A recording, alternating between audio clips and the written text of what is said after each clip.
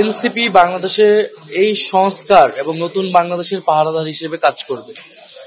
আমরা সংসদে, রাজপথে, আমরা সরকারে বা সরকারের বাইরে যেখানেই থাকি না কেন, এনসিপি আমাদের যে যাত্রাটা শুরু হয়েছে সেটা নির্বাচনের মাধ্যমে কিন্তু থেমে যাবে না। নির্বাচনের মাধ্যমে এটা আরো ত্বরান্বিত হবে এবং সেটা কিন্তু তখন বাস্তবায়নের দিকে যাবে। যেহেতু ফেব্রুয়ারিতে নির্বাচন হবে এবং একটা তারিখ ঠিক হয়েছে, তো সেই অনুযায়ী তো তফসিল আমরা জানি 60 দিন অথবা 45 দিন সেই অনুযায়ী দিতে হয়।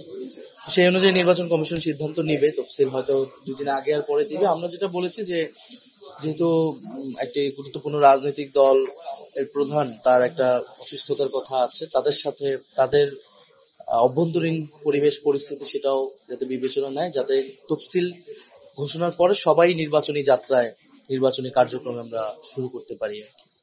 ফেব্রুয়ারির মাঝামাঝি নির্বাচন হলেও তফসিলটা একটু পেছানো যায় কিনা এটা আপনি মনে করছেন? সেটা নির্বাচন কমিশন বিবেচনা করবে, তাদের সাথে সেই রাজনৈতিক দলের বিবেচনা নিয়ে। আমাদের নির্বাচন তফসিল নিয়ে কোনো মন্তব্য নেই। নির্বাচন তো নির্বাচনের সময়ই হবে। নির্বাচন কোনো বিশেষ রাজনৈতিক দলের জন্য তো নির্বাচনের তারিখ পরিবর্তন হবে না। আমরা বলে আসছিলাম যে দেশ সংস্কার, বিচার এবং সেটার পরে নির্বাচনের উদ্যোগ যাতে গ্রহণ করা হয়। তখন আমাদের এই অবস্থানকে বারবার বলা হয়েছিল নির্বাচন বিরোধী, আমরা নির্বাচন পিছাতে চাই, কিন্তু আমরা কিন্তু আসলে সেই ধরনের কথা কখনোই বলিনি এবং আমাদের অবস্থান এখনো একই আছে। যেহেতু সংস্কারের একটা পর্যায়ে আমরা এসেছি, জুলাই সনদ আদেশ হয়েছে, বিচারের প্রক্রিয়াও শুরু হয়েছে, এখন নির্বাচনের দিকে আমাদেরকে যেতে হবে।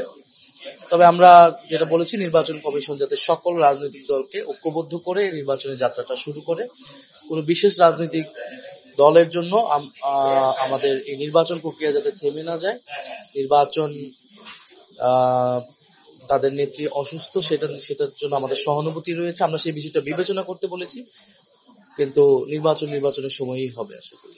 এনসিপি কারোর সাথে কোনো প্রকাশ্য বা অপ্রকাশ্য সমঝোতা এখনো পৌঁছায়নি এবং বরং মিডিয়ায় এই ধরনের তথ্য অপতথ্য প্রচার করে আমাদের একটা নেতিবাচক আমাদের সম্পর্কে তথ্য প্রচার করার চেষ্টা করা হয়েছে। কিন্তু এনসিপি আসলে তার মতো করে নির্বাচনী প্রস্তুতি নিচ্ছে, প্রার্থী যাচাই বাছাই হচ্ছে এবং আমরা অতি দ্রুত সময়ের মধ্যেই আমাদের প্রার্থী তালিকা আমরা ঘোষণা করব এবং আমরা বলেছি যে আমরা আমাদের রাজনৈতিক এজেন্ডা নিয়ে আমরা আগাতে চাই। আমরা কারোর সাথে জোটে যেতে আগ্রহী নই, বরং আমরা যে তৃতীয় একটি জোটের কথা আপনারা শুনেছেন, সেই জোট প্রক্রিয়ার আলোচনা কিন্তু এখনো চলমান আছে। ফলে আমরা যেহেতু নতুন ধারার একটা রাজনীতি আমরা করতে চাই, যেখানে গণতন্ত্র এবং একটি অর্থনৈতিক ন্যায় প্রতিষ্ঠা হবে বাংলাদেশে। আমরা মনে করি যে পুরাতন পন্থী যে দলগুলো রয়েছে, যারা এতকাল বাংলাদেশে রাজনীতি করেছে এবং যাদের বিরুদ্ধে নানা ধরনের অভিযোগ রয়েছে, জনগণের তাদের প্রতি সেই আস্থাটা নেই। জনগণ নতুন সম্ভাবনা দেখতে, নতুন নেতৃত্ব দেখতে চায়। ফলে এনসিপি সেই রাজনীতি করতে এককভাবেই এগোচ্ছে। কিন্তু আমরা জোট করা বা কোনো দলের সাথে সেটা আমরা বন্ধ করিনি। সেটা আপনারা জানেন, রাজনৈতিক পরিবেশ পরিস্থিতিতে যে কোনো সিদ্ধান্তই নিতে হয়। দেশের প্রক্রিয়ায়, জনগণের স্বার্থ রক্ষায় যদি আমাদের মনে হয় এ ধরনের কোনো সিদ্ধান্ত নিতে হবে, সেটার জন্য আমরা ওপেন রয়েছি। কিন্তু আমরা কারোর সাথেই কোনো জোটের ব্যাপারে কোনো ধরনের আলোচনা বা সেই প্রক্রিয়াতে কিন্তু নেই। আমরা আমাদের নিজেদের প্রস্তুতি নিচ্ছি, আমাদের প্রার্থী তালিকা ঘোষণা হবে, আমরা নির্বাচনী কাজ শুরু করব।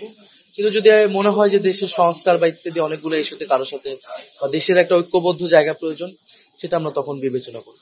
আমাদের দাবির প্রেক্ষিতে কিন্তু সংস্কারের দাবিগুলো এত দূর এসেছে, গণভোট হচ্ছে এবং আমরা কিন্তু এর পক্ষে ক্যাম্পেইন করব এবং বিচারের প্রক্রিয়াটাও আগাচ্ছে এবং আমরা মনে করি যে নির্বাচনের পরেও এই সংস্কারের অগ্রযাত্রাকে অব্যাহত রাখা লাগবে।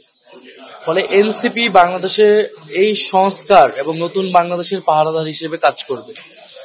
আমরা সংসদে, রাজপথে, আমরা সরকারে বা সরকারের বাইরে যেখানেই থাকি না কেন, এনসিপি আমাদের যে যাত্রাটা শুরু হয়েছে সেটা নির্বাচনের মাধ্যমে কিন্তু থেমে যাবে না। নির্বাচনের মাধ্যমে এটা আরো ত্বরান্বিত হবে এবং সেটা কিন্তু তখন বাস্তবায়নের দিকে যাবে। ফলে আমরা সেই উদ্দেশ্যেই কাজ করছি এবং নির্বাচনী পরিবেশ সম্পূর্ণভাবে পর্যাপ্ত পরিমাণে আছে এটা আমি বলবো না, কিন্তু বাংলাদেশে এখন তো আমরা এদেরকে একটা নির্বাচনের দিকে যেতে হবেই, দেশের স্থিতিশীলতা, জনগণের আস্থা সবকিছু মিলিয়ে।